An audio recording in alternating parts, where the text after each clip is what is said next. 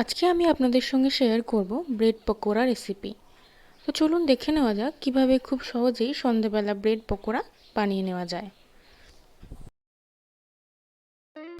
প্রথমেই আমি একটা প্লেটে নিয়ে নিয়েছি 7 পিস ব্রেড। এখানে আমি 7টা পিস ব্রেড নিয়েছি, আপনারা চাইলে কম বেশিও নিতে পারেন। এবার ব্রেডগুলোকে আমি রাফলি হাত দিয়ে টুকরো টুকরো করে ভেঙে নেব।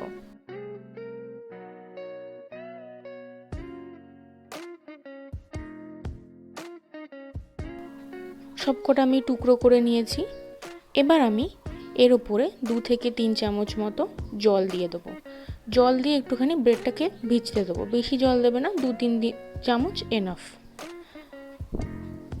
এটাকে আমি এবার সাইডে সরিয়ে রেখে দেবো।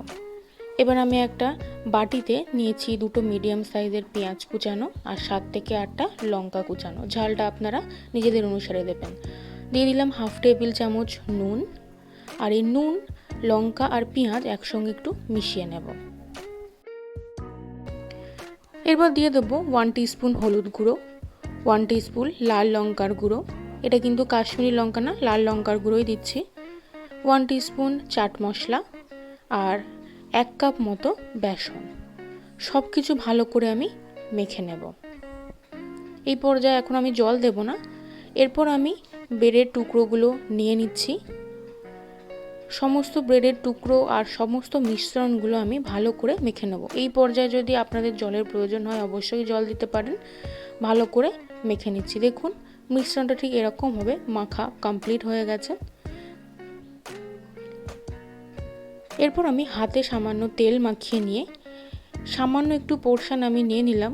নিয়ে আমি একটা লম্বাটে শেপ দিচ্ছি। আপনারা চাইলে গোল বা চ্যাপ্টা যে কোনো রকম শেপই করতে পারেন। আমি লম্বা শেপ করলাম।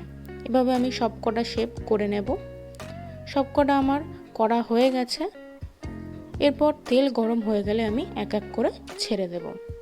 তেল কিন্তু এই সময় একদম মিডিয়াম ফ্লেমে রাখবেন, বেশি হাই ফ্লেমে করবেন না, তাহলে উপরটা পুড়ে যাবে আর ভেতরটা কিন্তু কাঁচা থাকবে। ভালো করে লাল লাল করে ভেজে নিয়ে নেব আমি।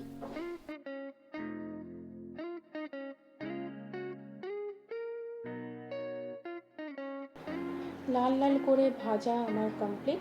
এবার আমি এগুলোকে একটা প্লেটে তুলে রাখবো।